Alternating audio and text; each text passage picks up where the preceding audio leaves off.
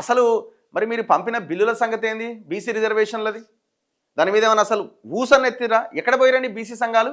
సప్పుడు లేదు.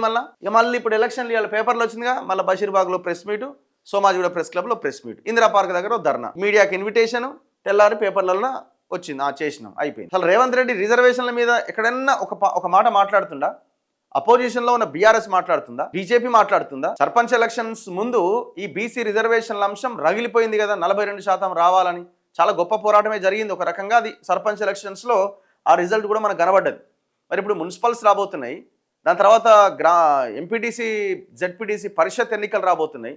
మరి మీ ఫైట్ ఏది? మీ పోరాటం ఏది? ఒకవేళ మనం సైలెంట్గా ఉన్నాం అనుకోండి, పార్టీ పరంగా ఇచ్చే 42% కూడా ఇవ్వరు. ఎందుకంటే ఇప్పుడు దొంగలు ఇప్పుడు దొరికిపోతారు.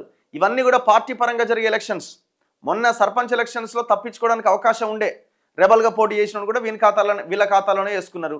హ్యాండ్ మావోడేనా, బీసీలకు మేము 50 ఇచ్చినాం 60 ఇచ్చినాం అని చెప్పుకున్నారు. ఎందుకంటే పార్టీ సింబల్ మీద జరుగుతున్న ఎలక్షన్ కాదు, ఇప్పుడు పార్టీ సింబల్ మీద జరుగుతున్న ఎలక్షన్.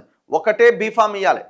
సో కాబట్టి దొరికిపోతారు. ఇప్పుడు కదా జరగాల్సిన అసలైన పోరాటం, ఎవరి చిత్తశుద్ధి ఏంటనేది ఇప్పుడు తెలిసిపోతుంది. అసలు మీరు అసెంబ్లీ తీర్మానం చేసి పార్లమెంట్కి పంపిన 2 బిల్లులు ఏమైపోయినాయి? అక్కడే పెండింగ్లో ఉన్నాయి. మరి దాని మీద ఫైట్ ఏది? సో అదొక భాగం అయితే, ఇప్పుడు ఎంపీటీసీ జెడ్పీటీసీ ఎలక్షన్స్ కోసం చాలా మంది గ్రామాల్లో వెయిట్ చేస్తున్నారు.